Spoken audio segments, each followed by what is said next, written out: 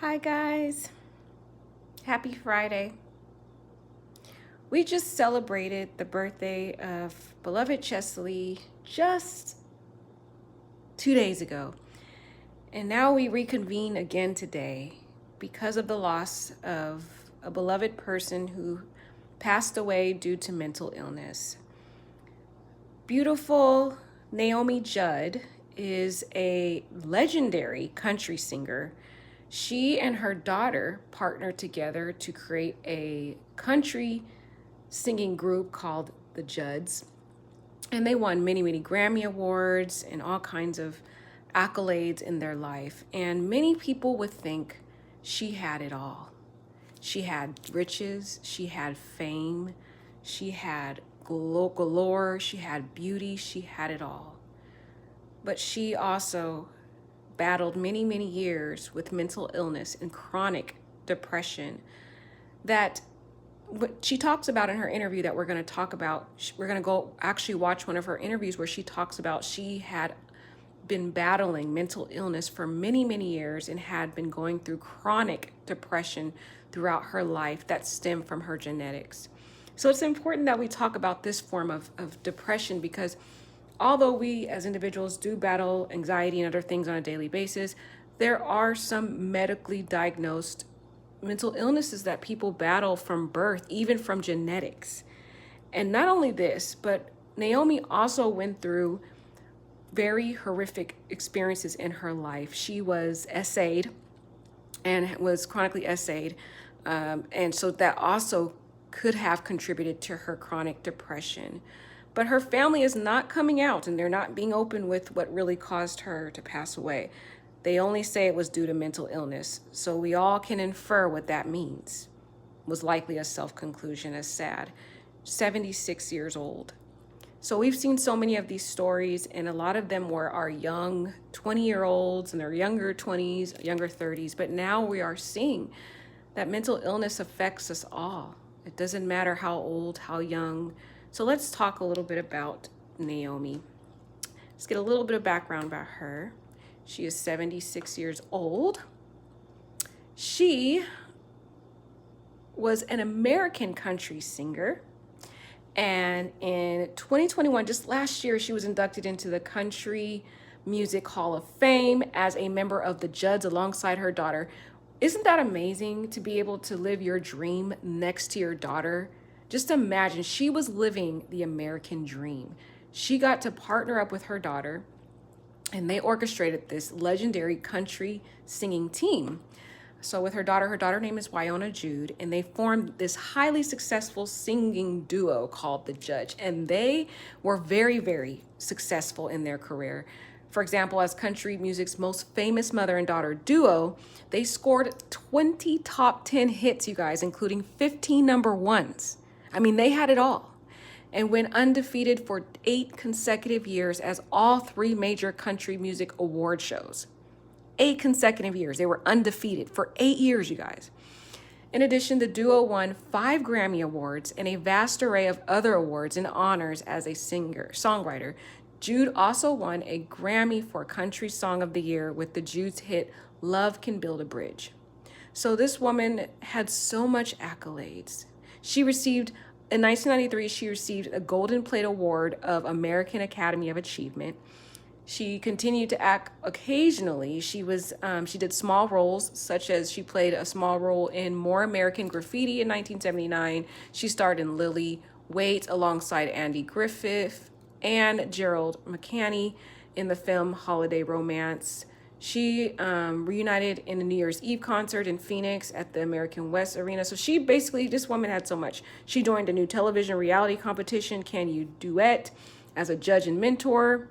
She also, the show by American Idol, and it aired on country music television. Judd starred alongside actress Laura Prepon in Lifetime television movie, The Killing Game.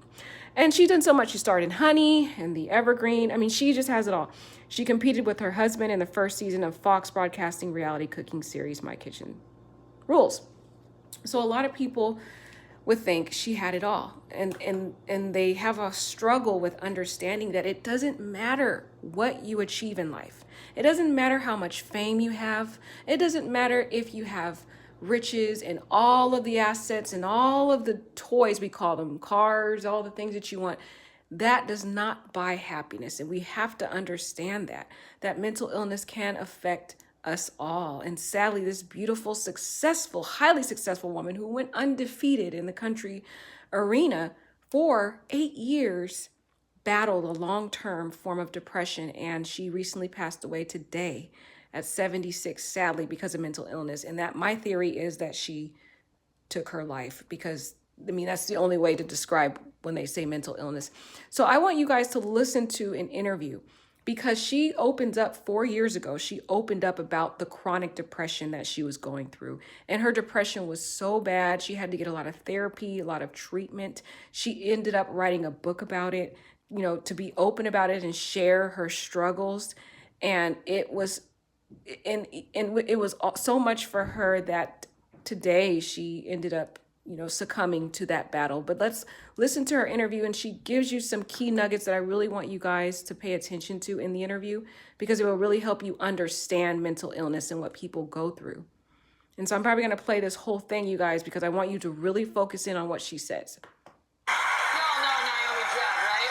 Grammy-winning singer, songwriter, half of the Judds with daughter Winona, mother of famous actress Ashley Judd. But you may not have known about her secret battle with depression that drove this woman, who seemed to have it all, to ultimately want to take her own life. She tells that story in her book, River of Time, My Descent into Depression and How I Emerged with Hope. Please welcome Naomi Judd.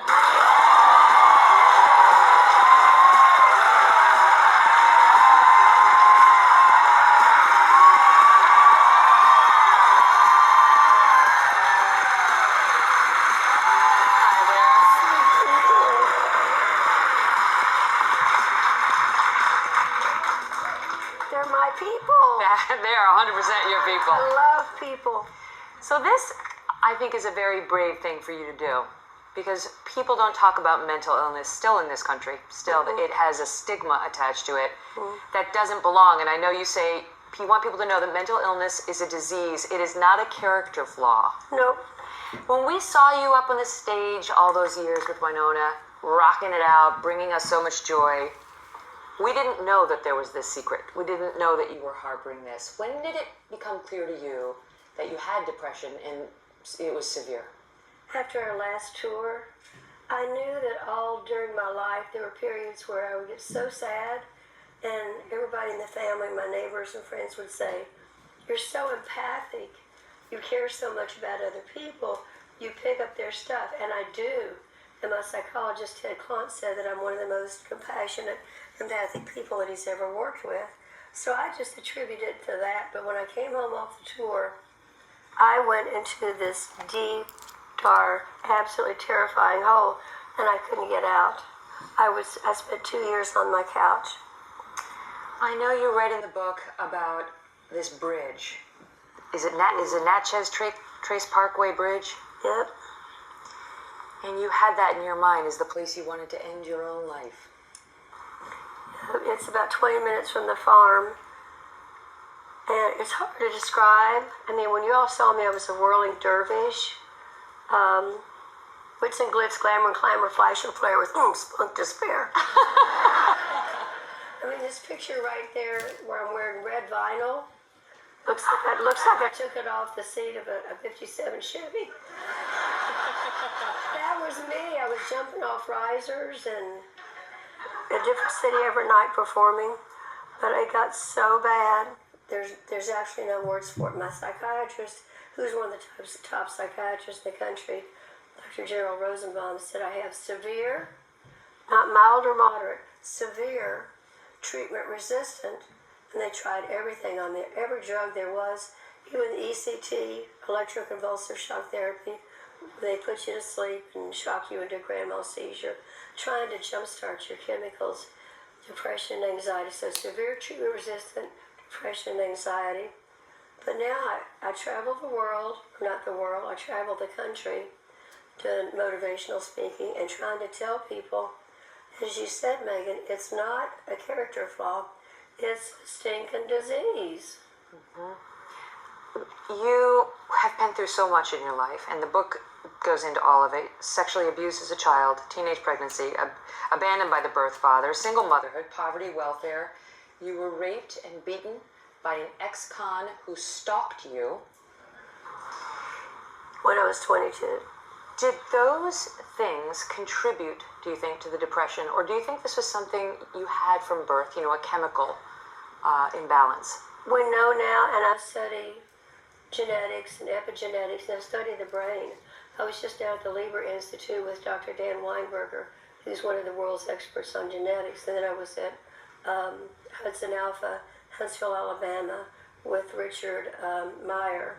And I had my genetics studied because I have such bad genetics in my family on both sides. I mean, like serious pathological genetics. Read the book. Scary. So I learned that so much of mental illness goes back to your genetics. That's why I'm studying it right now to figure out how I can alter the expression of them. But when I started writing the book, I thought, people are going to think I'm making this up. Because, like at 22, I was living in West Hollywood. I didn't have a car, if you can believe that. I had to go everywhere on the city bus, take Ashley to the doctor with 100 feet 3 temperature on the city bus. I was working for a guy that asked me to go to a golf tournament with him. As I was standing looking at all the pictures of his family, I said, nope. He fired me. I had to go on welfare. I was a paycheck away from the streets. I was terrified, literally just scared to death. And then this guy shot up heroin in front of me, an ex-con, and he beat me and raped me. And I was so terrified because the sheriff said they couldn't find him and he would definitely kill me. He was going to stalk me and kill me. So I moved the kids back to Kentucky to a mountaintop where I'm from. And we lived for a year without a TV or a telephone. Can you believe that? What's incredible is your other daughter, Ashley Judd, many years after that, would find herself on the receiving end of attempted sexual abuse and harassment, she says, at the hands of Harvey Weinstein. And we're going to talk to Naomi about that right after this break. And Ashley Judd has been at the center of the so-called Me Too movement that we're seeing in this country right now, accusing Harvey Weinstein. And she led on that in a way that mattered. Did she tell you about the Harvey Weinstein incident at the time it happened? Ashley and I are extremely close. She actually lives on an adjacent farm. I knew everything about the incident. And then she came over, I guess it's been about 7 weeks ago. She came in the back door, barefoot as always, hadn't brushed her hair, and I knew that look on her face. She'd been out in the woods by herself, and I thought, okay, something's going on. And she said, the New York Times, I think I'll go to them and do an article about what happened to me. At first I was like, whoa, you'll never work again in Hollywood. Whoa, I didn't say that. No, but at the time, nobody thought that Harvey Weinstein was going down. And keep in mind, her incident with Harvey was in a hotel room. He lured her in there, the old, come up to the room, not the hotel lobby. And then the next thing you know, he's asking her to watch him shower, which was one of his things, allegedly. She did not. She got out of there. And she talked about how she felt shame for years about the incident. She blamed herself. And now looking back, she feels empowered at how she got herself out. She was clever, she was smart in her responses, and removed herself from danger. How was she in the moment it happened, like in your memory, and how is she now about it? I knew about it the minute it happened, right 5 minutes after it happened. And I think the first word was confused. She was angry. She was scared to death. I mean, when that happens to you, he was in his bathrobe at 8 o'clock in the morning when he showed up. And then one of the things she said right away was, Mom, she tells me, Mama, his assistants and his staff has to know what's going on. That was one of the first tip-offs that she had. And now all this time later, I mean, hasn't been that long, but so many now the accusers of Harvey are over 90, and not to mention all the other men. How is she feeling now? Oh, she's like, bring it on. Yes. And so are we all. Listen, courage, obviously. All right, guys. So you guys heard that Naomi Judd not only talks about how she dealt with mental illness and depression because of her genetics, but you can see a long list of trauma throughout her life, even to the point where her own daughter, Ashley Judd, had endured, was one of the victims of Mr. Weinstein. So she was an empath, and we know empaths, number one, already absorb all of the emotions and the pains of everyone around them. If someone's having a traumatic day or having a horrible experience, then they take it all in. So they are more susceptible to depression, anxiety, the mental health concerns. So she already had that going on. She had a lot of trauma in her childhood. She was born into poverty. Like she talked about, she relied upon welfare government assistance to even survive because financially she couldn't, sustain herself. She also had to endure herself being, essayed as a child, and then also being essayed by an ex-con when she became adult, who was her stalker. Then she went on to endure more trauma through seeing her daughter, watching her being an empath, having to see her hear from her daughter, Ashley Judd, go through her own trauma with Mr. Weinstein. So this woman had battled so much mental illness throughout her entire life. Even though she rose to fame, she rose above the poverty. She became one of the most successful country singers in the world. And so she had all these accolades, but still she battled all this. She had the top psychiatrist in the world to help her with this and give her all the treatments that she needed. Yet she still struggled so sadly with her mental illness. One of the things I noticed that she didn't discuss, though, was her spiritual relationship with God. And I think that was one of the key factors she really needed to help her get through this, because I also believe, as I talk to you guys, that we battle things spiritually as well. And the enemy can oppress us and take control of our mind and oppress us to the point where we can no longer sustain ourselves. So this is a very sad tragedy that she has succumbed to the mental illness and has passed away today. Such a sad tragedy. I really wanted you to focus in on that interview, which is why I played it, because there were some key points that she brought out that can show some of the issues that we deal with on our daily basis, some of the traumas that we may have had.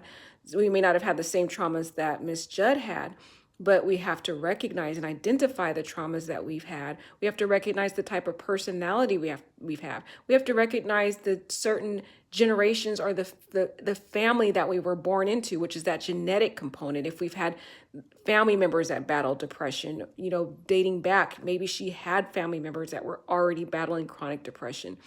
But her condition became even more exacerbated because of the societal circumstances and traumas that she faced in her life, such as we talked about the SA and the constant chronic abuse with the, as she became an adult, with the additional SA from the icon, from the convict.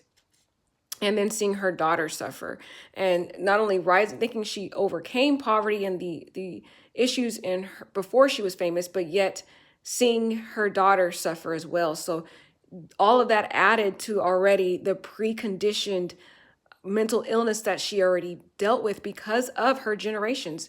I believe, in her past with her family battling with this mental illness. So it's something that we have to have, that spiritual component, so that we can stand in authority in the name of Jesus against those generational hindrances, which are identified and linked to the genetic component of mental illness. So this is a very sad, sad tragedy, you guys. It just shows that mental illness affects us all. We've seen so many of this affecting our young people, but it is also affecting our beautiful people, such as Naomi, who just passed away today from mental illness at age 76. So just keep her family in your prayers, and just continue to work daily on maintaining our own mental health, I would say, so that we can strive to live another day. All right, I wish you guys all the best, and God bless.